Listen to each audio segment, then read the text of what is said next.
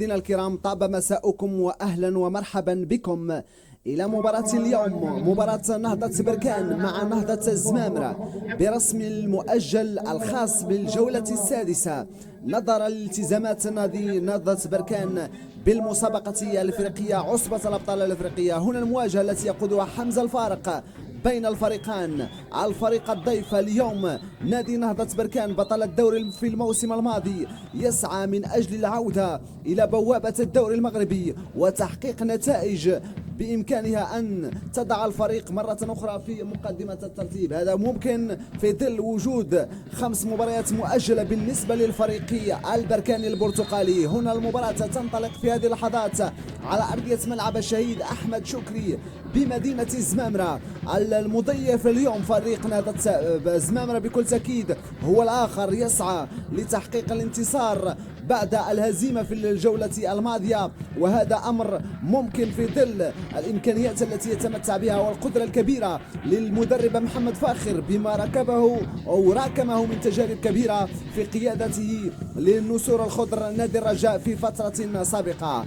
الكرة في وسط الميدان لنهضة الزمامرة، ممتازة الكرة يسارية، ممتازة، هذه جميلة، هذه الانطلاقة من جانب محمد لافقي، لكن الحارس المهدي مفتاح في المكان المناسب. هنا خير بديل، المهدي مفتاح بديل الحارس منير المحمدي ينجح في التصدي للكرة الأولى عن طريق محمد لفقيه صاحب التجارب الكبيرة. هنا يتصدى أو يسدد الكرة، لكن الحارس يتعامل معها بامتياز. العرضية رأسية من بول فالير، لكن تتحول إلى ركلة مرمى، أو هذا لا، هذا يوسف مهري الذي حاول في الكرة الماضية ارتقى عاليا، لكن الكرة مرت بعيدة عن مرمى الحارس مروان فخر لتبقى النتيجة سلبية حتى الآن.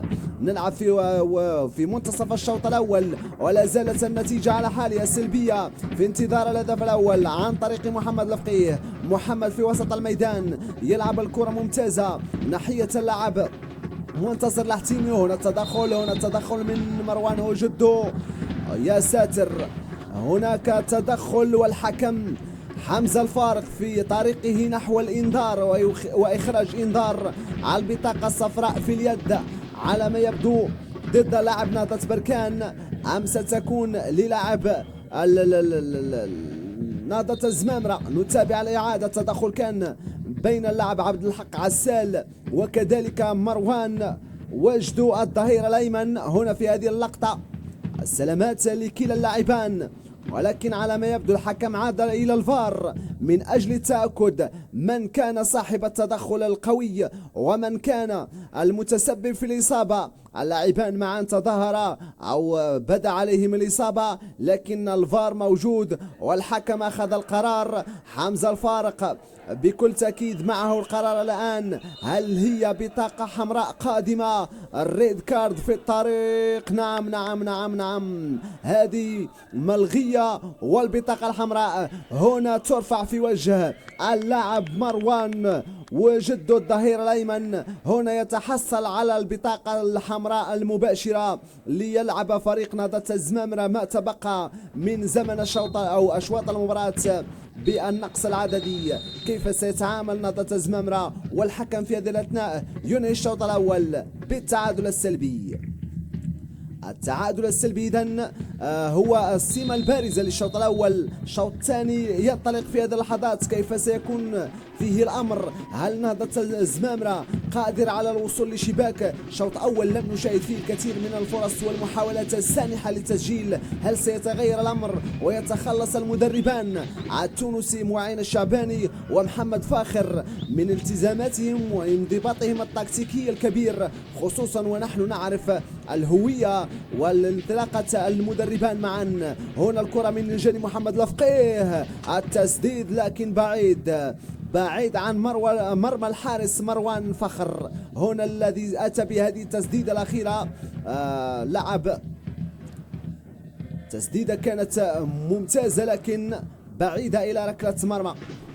هنا الكرة والتبادل ممتاز. العرضية قادمة، العرضية قادمة، العرضية ومحمد وعبد الله مذكور في الإبعاد. لا زالت خطيرة لنهضة بركان، ممتازة من الجهة اليسرى. هنا التسديدة من رضا، يا رضا تسديدة لكن إلى ركلة مرمى لامست القائم أو لامست الشباك الأفقية. هنا التسديدة الرياحي التي ربما جانبت المرمى بسبب أو بمليمترات قليلة لتبقى النتيجة على حالها. هنا العرضية منعوت، والكرة إلى الركنية، ركنية لفائدة فريق نهضة الزمامرة. الفريق البركاني بدأ يرفع من رسم. هنا جول جول جول جول جول نهضة بركان. هنا ينفجر البركان البركاني ينفجر، وعن طريق الهداف أسامة الملاوي يبعث بالفرحة. هنا الإعادة الركنية التي لعبت بالمقاس ثم بعد ذلك يا سلام بحس الهداف اللاعب أسامة الملاوي هداف الشان. هنا يتألق بعد أن عاد من الإصابة والتي غيبته لشهور. هو ينفض غبار التواضع. الكرة الأمامية لنهضة بركان، مهري من أجل القاضية. نعم، القاضية في الوقت القاتل في الدقيقة 90. هنا ينجح نهضة بركان ويعمق الجراح لنهضة الزمامرة تتسع بهدف ثاني عن طريق يوسف مهري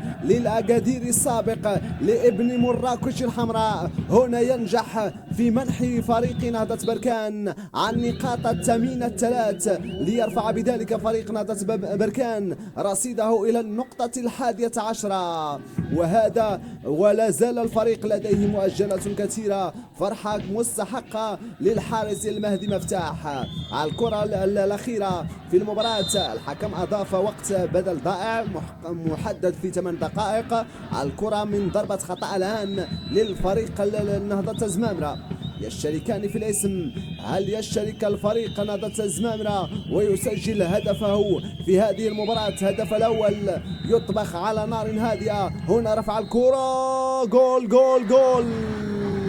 أتى الهدف الأول، هدف تقليص النتيجة عن طريق ربما من سجل في شباكه هو عبد الحق عسال بالخطأ. نعم، عبد الحق عسال الدولي المغربي هنا يحول الكرة بالخطأ في مرمى حارسه مهدي مفتاح الذي تابع الكرة لكن غلطت. وفي هذه اللحظات الحكم حمزة الفارق ينهي اللقاء. بركان ينتصر، بركان لديه مؤجل قوي في المباراة القادمة.